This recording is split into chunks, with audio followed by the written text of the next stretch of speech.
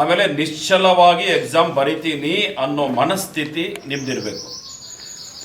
ಆ ಎಕ್ಸಾಮ್ ಬರಿಬೇಕಾದ್ರೆ, ಪರೀಕ್ಷೆ ಬರಿಬೇಕಾದ್ರೆ ಯಾರಿಗೆ ಭಯ ಇದ್ದೀರೋ ಅವ್ರಿಗೆ ನಂಬರ್ 100% ಕಡಿಮೆ ಆಗ್ತದೆ.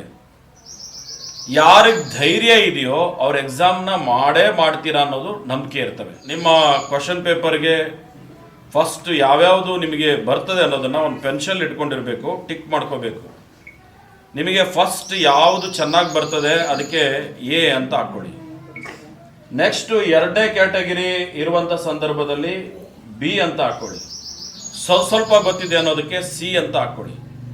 ಮೊದಲು ನಿಮಗೆ ಯಾವ್ಯಾವುದು ಕರೆಕ್ಟಾಗಿ ಬರಿಬೋದು ಆನ್ಸರ್ನ ಅದನ್ನು ಫಸ್ಟ್, ಆಮೇಲೆ ಎಷ್ಟು ನಂಬರ್ಗೆ ಎಷ್ಟು ಲೈನ್ ಕೇಳಿರ್ತಾರೆ, ಎಷ್ಟು ಪುಟ ಕೇಳಿರ್ತಾರೆ ಅದಷ್ಟೇ ಬರಿಬೇಕು. ಜಾಸ್ತಿ ಏನೋ ಒಂದು ಬಂದಿದೆ ಅಂತೇಳಿ ಎಲ್ಲ ಬರಿತಾ ಕೂತ್ಕೊಂಡ್ರೆ ಟೈಮ್ ವೇಸ್ಟ್. ಟೈಮ್ ಮ್ಯಾನೇಜ್ಮೆಂಟ್ ಮಾಡೋದು ಗೊತ್ತಿರ್ಬೇಕು ನಿಮಗೆ. 1 ನಂಬರ್ ಕೇಳಿದಾರೆ ಅಂದರೆ 1 ನಂಬರ್ಗೆ ಎಷ್ಟು ಬೇಕೋ ಅಷ್ಟೇ ಆನ್ಸರ್, ಜಾಸ್ತಿ ಬರಿಬಾರ್ದು.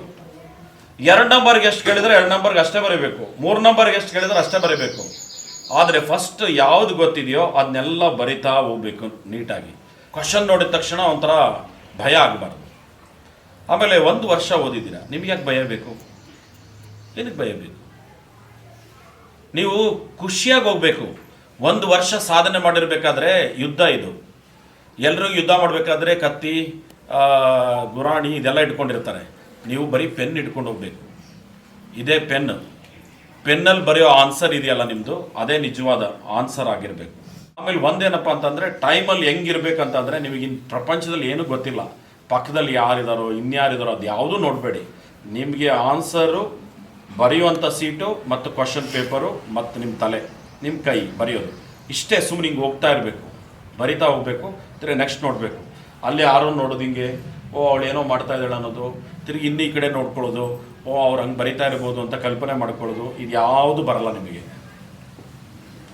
ಇಲ್ಲಿ ಏನಿದ್ರು ಶಾಲೆ DMS ನೀವು ಇಂಡಿವಿಜುವಲ್ ಆಗಿ ಯಾರ್ಯಾರು ಎಷ್ಟು ಕೆಪಾಸಿಟಿ ಇದೆಯೋ ಅಷ್ಟನ್ನು ಬರೀಲಿಕ್ಕೆ ಸಾಧ್ಯ.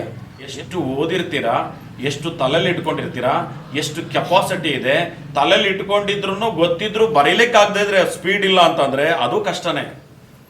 ಸ್ಕಿಲ್ ಬೇಕು ಬರೆಯೋಂಥದ್ರಲ್ಲೂ. ಯಾಕೆ ಅಂತಂದರೆ ತುಂಬ ಜನ ಓದಿರ್ತಾರೆ, ನಾನು ನೋಡಿದ್ದೀನಿ ಭಾಳ ಸಲ, ಅವರಿಗೆ ಬರೆಯೋಕ್ಕೆ ಟೈಮ್ ಸಾಲಲ್ಲ. ಯಾಕೆಂದರೆ ಬರೆಯೋಕ್ಕೆ ಸ್ಪೀಡ್ ಇರಲ್ಲ. ಕೆಲವೊಬ್ಬರಿಗೆ ಬರೀತಾರೆ, ನಾಲೆಡ್ಜ್ ಇರಲ್ಲ. ಹಾಗೆ ಪ್ರತಿ ಸಂದರ್ಭದಲ್ಲೂ ಸಹ ಎಕ್ಸಾಮಲ್ಲಿ ಯಾರೂ ಆತಂಕ ಪಡ್ಕೋಬೇಡಿ, ಭಯ ಪಡ್ಕೋಬೇಡಿ. ಖುಷಿಯಾಗಿ ಹೋಗಿ, ಖುಷಿಯಾಗಿ ಎಕ್ಸಾಮ್ ಬರೀಲಿ, ಖುಷಿಯಾಗಿ ಬನ್ನಿ. ನಿಮ್ಮ ಅಪ್ಪ ಅಮ್ಮ 1 ವರ್ಷ, ನಮ್ಮ ಮಕ್ಕಳು ಏನೋ ಒಂದು ಭವಿಷ್ಯ ಕಾಣ್ತಾ ಇರ್ತಾರೆ SLCಲಿ. ಅದ್ರ ಜೊತೆಗೆ ಎಲ್ಲ ಶಿಕ್ಷಕರು ತುಂಬ ಪ್ರಯತ್ನ ಮಾಡಿರ್ತಾರೆ. ಸಂಸ್ಥೆನೂ ಸಹ ನಿಮಗೋಸ್ಕರ ಕೆಲಸ ಮಾಡಿ ಸಂಸ್ಥೆ ಕಟ್ಕೊಟ್ಟಿರ್ತೀವಿ. ಈ ಯುದ್ಧದಲ್ಲಿ ನೀವು ಪಾಸ್ ಆಯಿತು ಅಂದರೆ ಇನ್ನೆಲ್ಲ ಯುದ್ಧದಲ್ಲೂ ಪಾಸ್ ಆಗಬಹುದು ಅಂತೇಳಿ ಎಲ್ಲರಿಗೂ ಭರವಸೆ ಬರ್ತದೆ. ಆಮೇಲೆ ರಾತ್ರಿ ಎಲ್ಲ ಓದ್ಬೇಡ್ರಿ. ತುಂಬ ಜನರಿಗೆ ಏನಂತಂದರೆ ಅದೊಂದು ರೋಗ, ತುಂಬನೇ ಓದ್ಬಿಡ್ತಾರೆ, ಅದಾಗಲ್ಲ. ಎಷ್ಟು ಓದೋಕ್ಕಾಗ್ತದೆ ಅಷ್ಟು ಓದಿ. ಇಲ್ಲ ಅಂತಂದರೆ ಮೈಂಡ್ ಏನಾಗ್ತದೆ ಅಂದರೆ ನಿದ್ದೆಗೆಟ್ಟಿ ಎಕ್ಸಾಮ್ ಟೈಮಲ್ಲಿ ನಾವು ಬರೆಯೋಕ್ಕಾಗಲ್ಲ. ಇದು ಆಗಬಾರ್ದು. ಬೆಳಗ್ಗೆ ಬೇಗ ಹೇಳಿ, ಬೇಗ ಮಲ್ಕೊಳ್ಳಿ, ಚೆನ್ನಾಗಿ ಓದಿ.